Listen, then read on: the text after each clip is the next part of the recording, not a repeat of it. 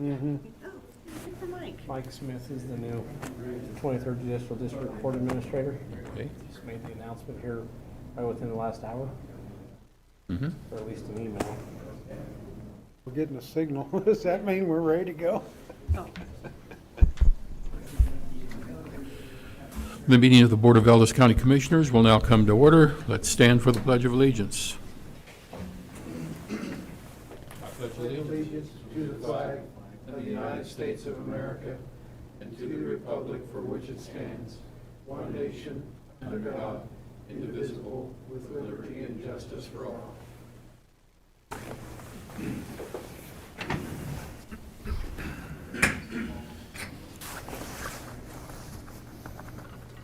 Okay, Bobby, Please make a note that Commissioner Hazelhorse is not here tonight. Commissioners Neal and me are. Order of business, there's no changes to the order of business, and we will have 2 executive sessions. Prior minutes, Commissioner, did you have a chance to I had a review them? chance. Again, looks great. Okay, minutes will stand as submitted.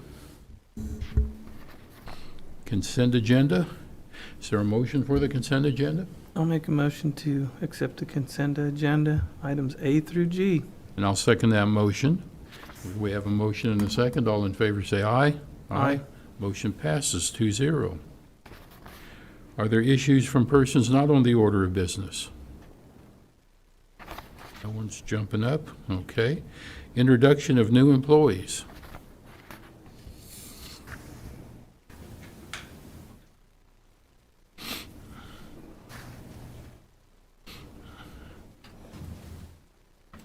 Good evening, Commissioners. Danita Schrader, Interim Director for Ellis County EMS.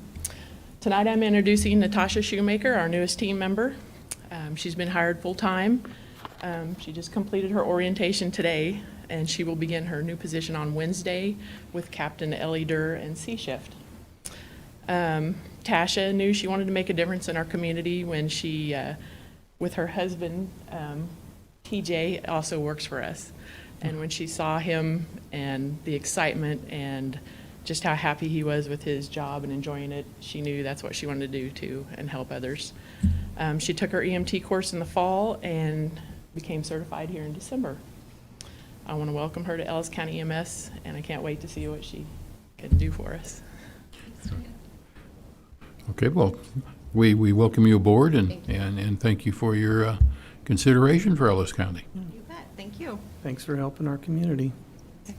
Can I make a little plug here too? I just want to remind everyone that tomorrow is the last day for blood donations for the Ellis County Battle of the Badges between police and fire and EMS. It's for the American Red Cross, and I think it's at Big Creek Crossing tomorrow from 10 to 4. You can go online and make an appointment to donate, and go EMS. Thank you. Thank you. Thank you. Okay, we have the appraiser update of fire damages. Lisa.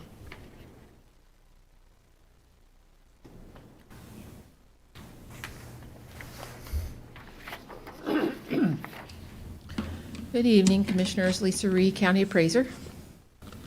I have a couple things to talk with you this evening.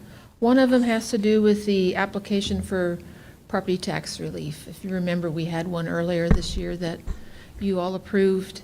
We have received, or the clerk has received one from the fires recently last month. And looking at that application, when we created that application, we put instructions on there that that application had to be filed with the clerk by December 20th of the year of the disaster. This recent disaster kind of made it plain to us that maybe that's a little stringent. And reviewing the statute, we are a lot stricter than the statute allows for. So I wanted to present a possible rewording of that application deadline and see what your opinions are on that. If we can move forward with a less stringent application. It currently states that applications must be received on or before December 20th in the year following the date of the damage or destruction. And talking with Mr. Jeter, we thought maybe it could say applications must be received on or before in the following year after the date of the damage or destruction, which would mean they would have until December 20th of 2022 to apply for abatement from this last fire.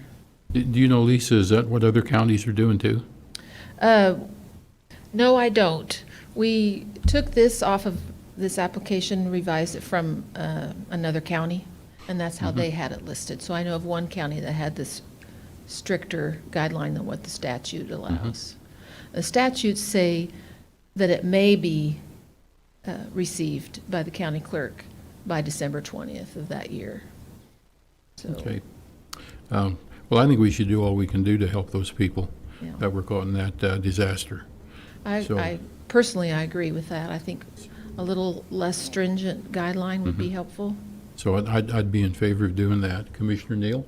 I would too, because something like that happens to somebody, it goes through you, you still don't have all your bearings right. Right. Is a year enough?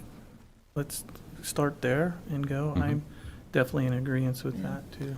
After tax statements went out, a lady from Ellis that had lost her house in a fire this year, in 21, contacted me. And by the time we connected, we had played phone tag for a while.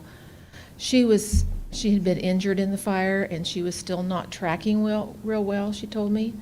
And when I was able to connect with her, it was on the 17th of December. And if the application was due the 20th, she wouldn't qualify Sure. for that. So Yeah. I think if we can loosen that a little bit, it would be great. Yeah, let's go ahead and do that. Okay. And then while I'm up here, I'm going to make a plea to the public that be sure and contact our office if you had any structural damage from the fire or from those high winds that we had, especially if it was substantial damage. You know, there's a property on the south end of town that I drive by every morning coming to work that the roof is gone and part of the south wall is caved in. I mean, that is something we need to know. You know, that person did come in and let us know that he had major damage. If you just had a few shingles that were blown off your roof, maybe not so much. We may not, you know, that's like having hail damage. But if they've had major damage to their structures, either from the fire or the wind, we would like to know so we can get those looked at here at the first of the year. Because we do value those properties as of January 1. Okay. Okay? Sounds good to me. All right. Thank you for your time. Thank you. Okay. Thank you, Lisa.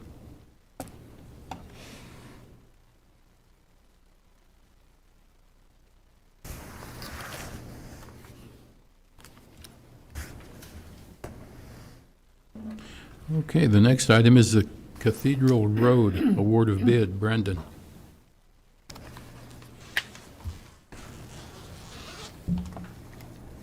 Good evening, Brendan McKay, Ellis County Public Works Director.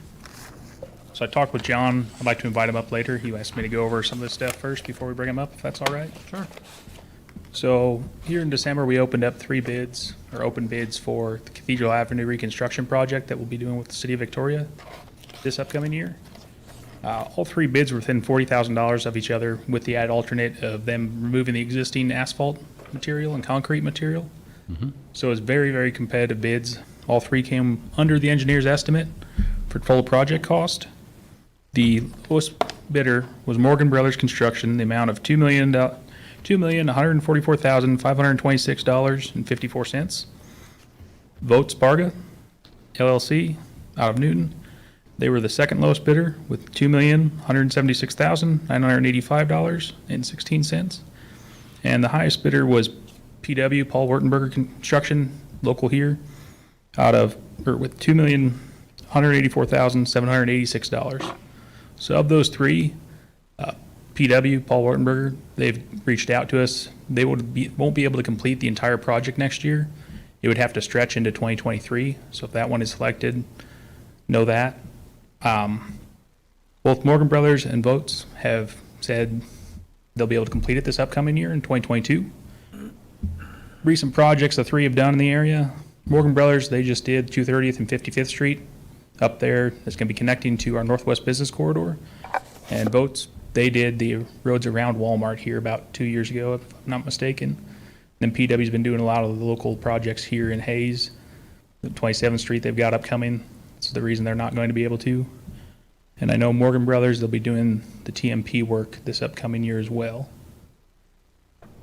So with that said, I'd like to bring John up, if he's all right.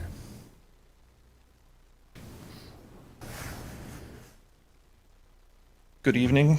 John Schulte, Mayor in Victoria. Hey, John. I'd just like to let the commissioners know that I've contacted the city council over in Victoria, and they have all agreed to go with whatever selection you choose here tonight. That will streamline everything so we aren't going back and forth.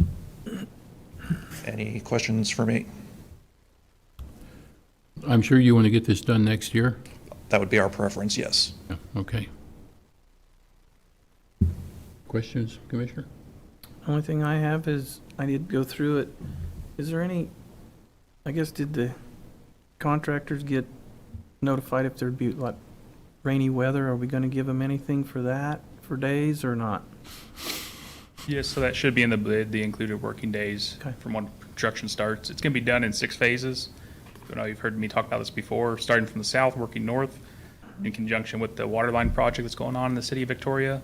Okay. They've got the north end of the project to finish up, so that's why we're starting the south, so the north will be finished up, and we're not putting down new road for it to be cut back open for them to put new water lines in. They'll be split in 6 phases of those 3, east and west half. So there'll be one-way traffic throughout the life of the project. And if they can, they're going to try for 2-way traffic, but in all likelihood, it'll just be southbound traffic only based on our talks with the city. Okay. And it doesn't rain here in Kansas. It will, when you get started on that project, it will. Well, good then. Then we won't have more fun like we had a few weeks back with Darren. Much as I enjoyed my time with him. Yeah. And- Hope we don't have and- to do that again. And Brandon, this is all paid out of the bond fund, is that correct? Yes, sir. It's one of the projects that was listed for the GO bond. Okay, and is it coming in pretty much as the engineer thought it would, or is it going to be over? Under budget, so it's coming in less than was expected. Okay, well, that's good. So originally the scope was just 24 foot down the center of the road. We've come in and decided we need to fix the cross slope. If you've driven down it, it's got pretty steep shoulders.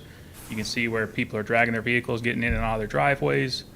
So it's gonna replace some of the sidewalks, some of the curb and gutter, and fix the cross slope in the road as best they can, while still keeping the drainage going to where it needs to go.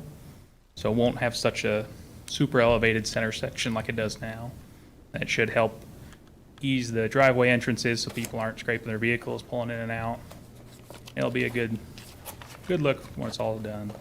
Okay. So with that being said, is, like Kansas Gas, were they notified how much are we cutting that down? They know about it? Okay, so they might get into something there, because, Some of it's cut down, some of it's gonna be brought up as Okay. well. okay. Okay, Commissioner Neal.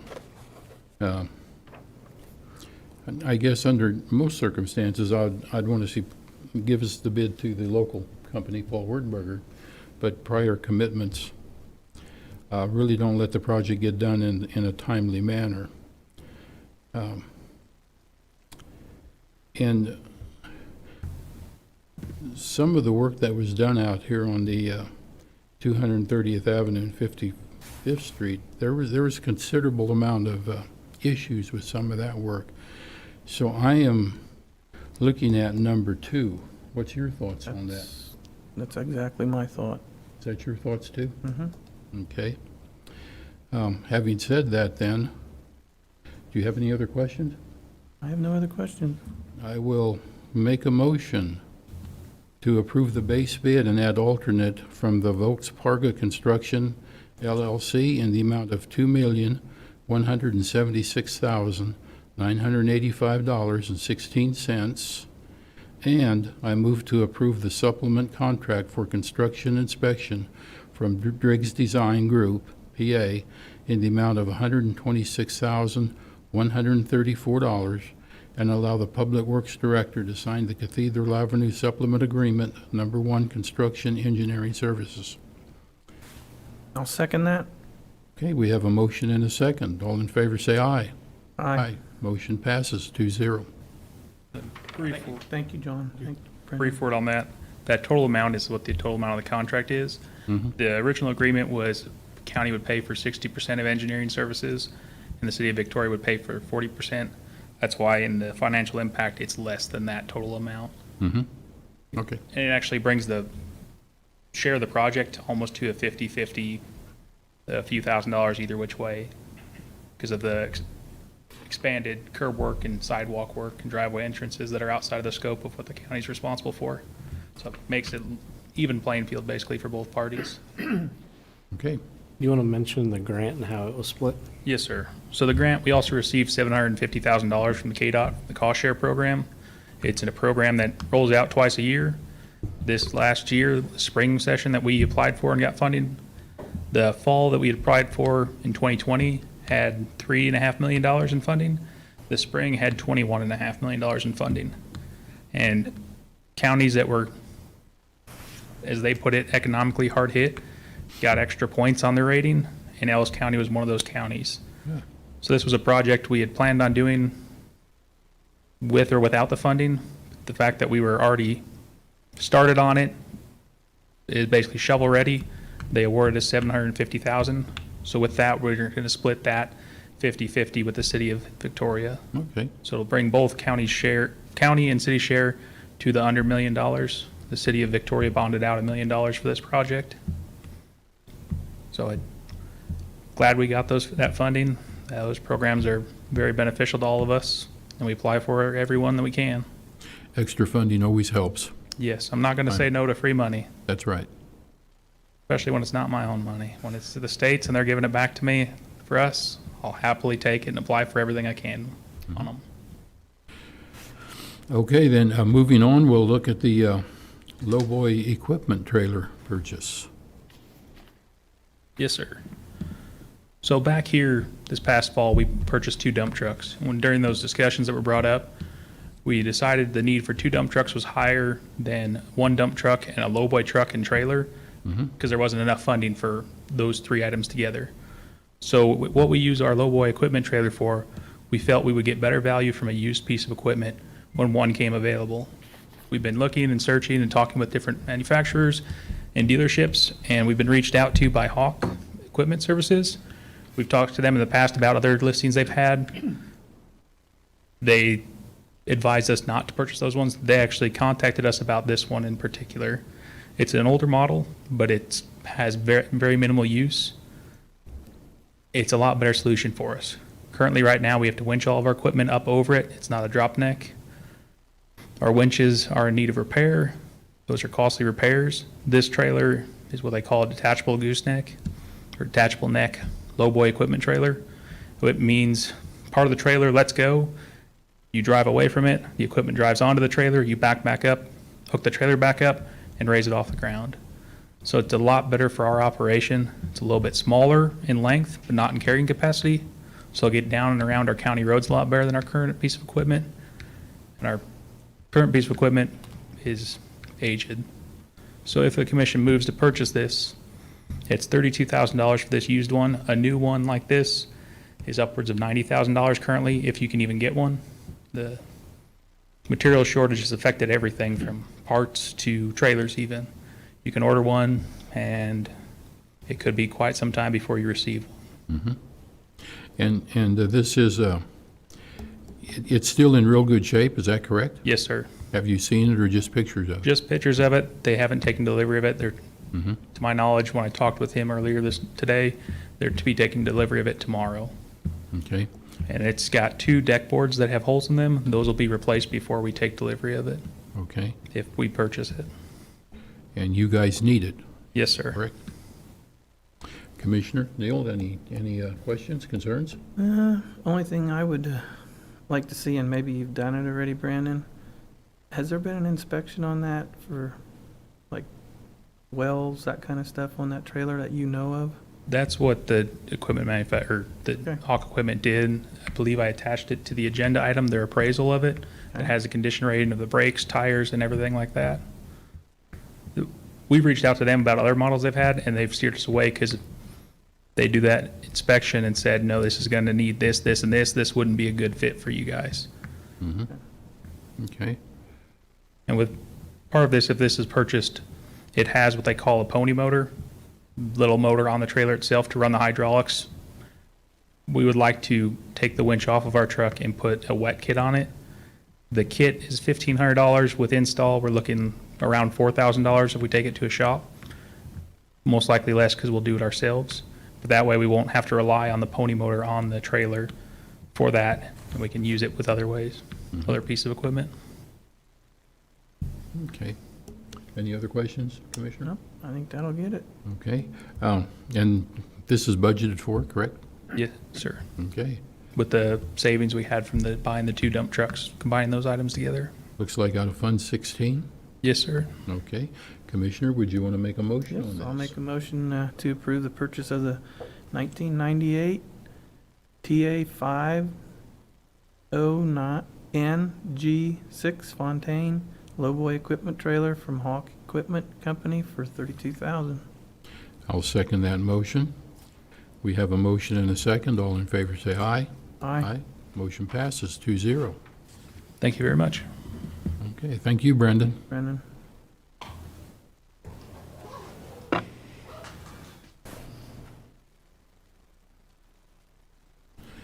Okay, the 2022 agreement to treat noxious weeds for KDOT. Gary.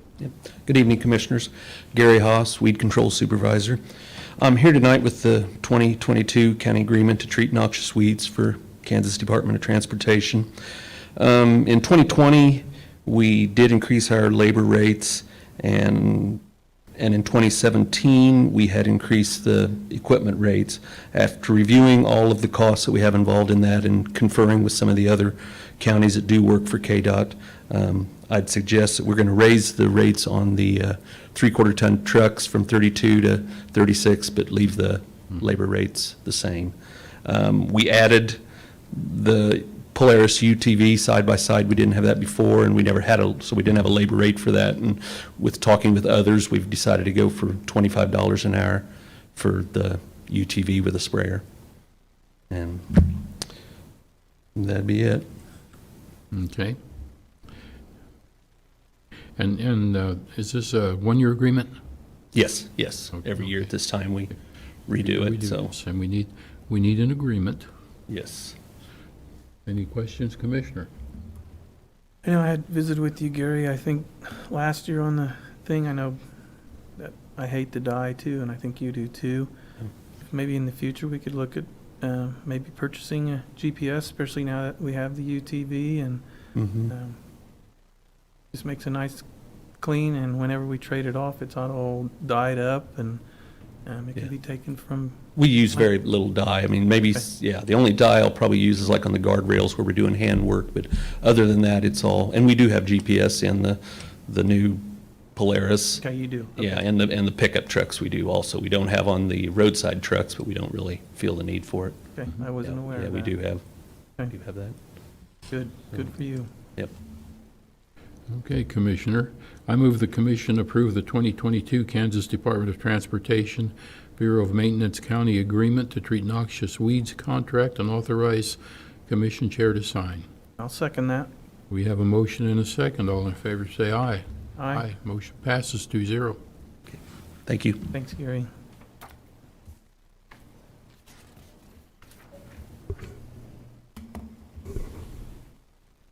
Okay, consideration of the Ellis County burn ban. Good evening, Commissioner Darren Myers, County Administrator. Last week, early in the week, Commissioner Younger contacted me and requested that we look at implementing the bird ban into the rural unincorporated areas of Ellis County. Individually spoke with each of the commissioners and felt that it was best to go ahead and put that in place. At that time, we talked about having the burn ban in place until we had a type of reasonable moisture in the county to lift the ban. The 4 to 5 inches of snow that we got over New Year's equated to about a 1/4 inch of moisture in those areas that got an even 4 to 5 inches. As you get out into the county, it's not 4 inches consistent across the county, so I wouldn't consider that a measurable amount. And then after it burns off here in the next couple of days and dries out and gets windy again, we're going to be right back in the situation as that moisture really won't be retained within the ground cover. With speaking to each of the commissioners today, I think it sounds like the biggest concern or question that we have within the public is the individuals that burn their household trash in those unincorporated areas of the county. And those are the individuals that are requesting to burn out in the county. I'll be honest, I have no way to track or tell you an exact number, but it would have to be a high majority of the people that actually do burn their trash don't call in and report it. We just we don't really focus on that in the sheriff's office. There's no way they could track it or keep track on who does or doesn't throughout each day and every morning or whenever they burn. But we do like to track when they burn pastures, ditches, brush piles, trees, pits and stuff like that, so that way the fire department isn't getting called out, or the sheriff's deputies aren't being called out in those instances, and their neighbors can be informed as well if they do call in, if it is a prescribed or controlled burn. So the idea that we thought we may implement today, or not implement today, but update the resolution for, would be to keep the resolution the same, but within the burn ban allow the burning of household trash in the unincorporated areas of the county, as long as it's in an approved container and with a screen over top of it to help protect any blowing embers to come out over top. But that way we can keep the burn ban in place and prohibit those wanting to burn pastures and trees and stuff like that until we do get more moisture, but still take into account the individuals that want to burn their trash and don't have that building up and creating a nuisance with pests or varmints at their residence or having to transport it elsewhere. So I just wanted to have some direction from the commission, if that is a direction you'd like us to take to revise that resolution and bring it back at a future meeting. That would be your recommendation, is that correct? You are the fire chief. The burn ban is one thing that we can limit the people that call in. It's the people that don't call in that we have no control of. And the only time we do have control of them is when somebody does call them in, and then we send a deputy or the fire department out to inspect what's going on. I'm not so concerned about the trash barrels. I know Commissioner Younger and I talked about that today. For the most part, people don't call them in. They use the proper containers and they have a screen over top of it. But there's been dozens of calls over the years with those days after they burnt trash that the proper wind speed and direction can blow embers out and start a grass fire too.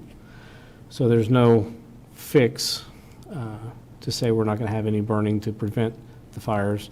You're still going to have the railroad that goes down that throws off sparks from the trains. You're going to have individuals pulling trailers with a blown tire that's started fires, the chains that tie the trailer to the truck dragging, starting fires, people throwing out cigarettes. So there's no way to truly stop, but we can help minimize having a fire. So I have no problem necessarily revising the burn ban, so that way we can at least keep that in place and limit the larger type burns and still allow the household waste to be burned at homes and proceed that way. I think it is important to burn household waste. If you don't burn it, you got to put it somewhere, and if you put it somewhere, then you're just going to increase the vector issue. So it is important to burn that. So I could be in agreement with what you're saying here, Darren. Commissioner Neal? I too am in agreeance with it. Only thing is, like you said, if you don't burn it, it's going to start going in our county ditches. The container, that I would like to see something pretty tight on, as far as like 55-gallon barrel and nothing larger, because if not, some of these people will probably use 100, 200-gallon tanks and burn their trash. Then we're going to have some problems. I'm just looking down the road, especially as dry as it is. I can draft up the updated resolution and then pass along to Mr. Jeter to review, but I can also, once I get some verbiage that we agree upon, I can give you a call and make sure it's what you would like to see. I think we can probably keep it pretty short and simple. Yeah, And just something short, but like I say, some people may take advantage of it, so. they say a burn barrel, they might cut off an oil tank battery and Absolutely. I can see it happening. Okay, well, proceed, Darren. I'll get one up, get the resolution updated and try to have it to you before your approval next week. Okay, very good, thank you. Okay, the next issue is a resolution to waive the Gaap standards. Darren? As the commission is aware, we do this every year. It's the approval of the commission to waive the Gaap standards. What those standards are, if we were to implement and follow those, would change a lot of ways we do business with our auditors, as well as our reporting from our financial data. The clerk's office would probably have to hire another staff, so that would be a cost increase there. We would have to fill out and track a lot more of the reports, not just simply what we have in CIC and what you see each week when you approve vouchers. And then when we move to the annual audit of the county books, that would be a lot more of a process, so we would have an increase in audit fees as well. This is a very common practice throughout the state of Kansas. And I don't know if Mr. Jeter can advise, but Commissioner Schleier asked me earlier, is this something that we have to approve every single year? And I believe from the Kansas Department of Administration, this is their request that it is done. Annually. Okay. The thought School was, district does the same thing. Mm-hmm. I assume the city of Hayes does too. the thought was if we could just do it once and be done with it until it changes and not have to have it recurring every year, but Any questions, Commissioner? No. Okay, would you like to make a I motion? will. I'll make a motion to adopt Resolution 2022-01, waiving the GAAP standards. I'll second that motion. We have a motion and a second. All in favor say aye. Aye. Motion passes 2-0. Thank you, Darren. Okay, County Administrator report. Darren? I have three quick things tonight. The first, as we've talked about briefly, is about having some type of after-action review in regards to the wind event and fire-related event from December 15th through the 17th. And I didn't know if the commission would like to attend, but I have a date selected of next Tuesday, which is a week from tomorrow, January 11th, 5:30 p.m. at the Emergency Services basement Emergency Services building in the basement. If you do have interest, you're welcome to attend, and we would start inviting the public and just have a Q&A session about the response and what we couldn't do, or why we did something, or why we didn't do something, et cetera. Very similar to what we did after the wildland fires we had up north in 2018. But if it is acceptable, we'll go ahead and move forward with those dates if you would like to attend. You said Yep. January 11th? What Right. times? At what time? 5:30 p.m. 5:30. Yeah, that's fine, Darren. Okay. The second thing is the commission has probably seen within the news, the city of Hayes has approved a rural housing incentive district for the old St. Joseph School at 13th and Ash. The city has adopted an ordinance to accept the RHID and move forward with the tax credits for the building. With that, both the school district as well as the county has a 30-day window to basically opt out or oppose the RHID. I didn't hear anything back from the commission, but I figured we'd just verbally discuss it and see if you had any opposition to it. I'm not opposed to development, Nope, I have no. Nope. so, Okay, that makes it easy. okay. The last thing is we has received the annual membership dues for the Kansas Association of Counties in the amount of $7,729.86. Those are paid out of the commission's funds each year. And I'm pretty sure the commission wants to continue their membership with KAC, but just like your approval to proceed out of your budget to pay for the membership. KAC does provide quite a bit of benefits to the counties, especially with their legislative agendas and issues. So, yeah, I'd be in favor of that, Commissioner. I would too. Proceed. And that is all I have. Okay. County Commissioner reports. Commissioner Neal? Some of them left already, but I was just going through the APL T40 report, how our ongoing training, how many people have attended that. Thank you all for that. And then I did have a short little walkthrough with Glassman, with Logan, on their system. So I wanted to know what we were going to get for that amount of money, and so does our community and county. They all want to know that. Very well put together system. I was impressed. It was nice. So if we can get that for here, then yeah, that's why I went and looked at it. So if you do have time, which they will take you through there on a tour, and very nice. Okay. Real nice system. I will say Glassman has done very well with us. I just let Mr. Jeter know we've got the RFP finalized today. Joe Glassman and his crew did help us significantly in going through the system and identifying the different areas that we have issues with this building, from the ventilation units not opening to the louvers on the outside of the building, to making sure that the air handling units get cleaned. The design for a new system that's high efficiency and has the proper filtration for the proper filters to meet the COVID regulations to make it COVID eligible. So I'll There was thank them for that. They'd spent a lot of time with Greg and I. there was also a lady walked through us, and she bragged on all the teachers how they liked this system, how it was, and how much more comfortable they are. And there was all the areas now regulated so good that the air is all pretty much the same, the temperature, and you can be in one corner, it's the same as there. So they're very pleased with that. So we can keep our people warm and cool. I like that.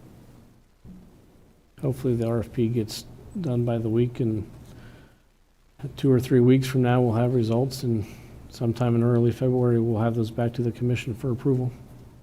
Okay, sounds like a good plan. Also, I like the progress we're making over here for our parking lot until the snow had to come, but that's going to be a nice addition too. Absolutely. It's going to work well with parking. Okay, and I have no report this evening. Executive sessions. I would make a motion, we go into executive session for 10 minutes regarding potential land purchase. Included in the executive session will be the Board of Commissioners, Councilor Jeter, Darren Myers, and Brendan McKay. Do I have a second? I second that. We have a motion and a second. All in favor say aye. Aye. Motion passes 2-0.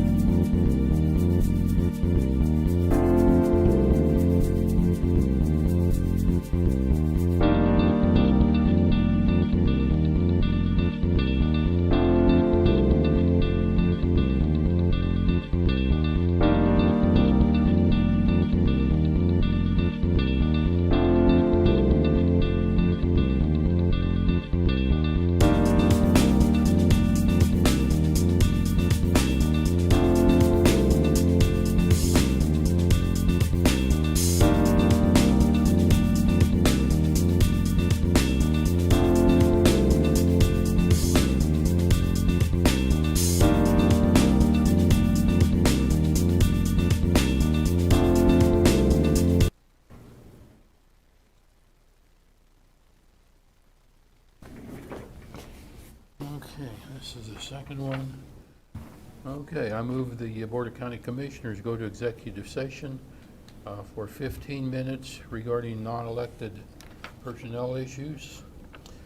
Included in the meeting will be the Board of Commissioners, Bill Jeter and Darren Myers. I'll second that.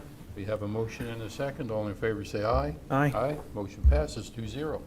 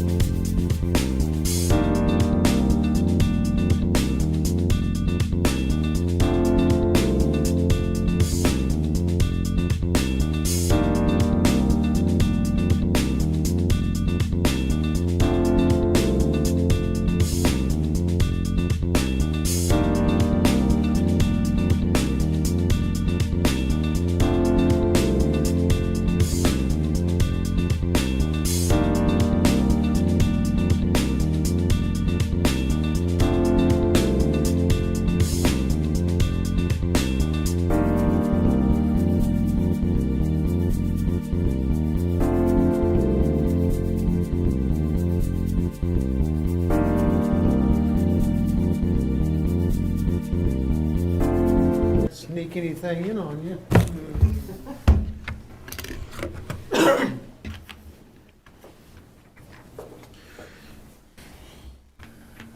Okay, there's no action and no further business. The meeting will adjourn at 6:11.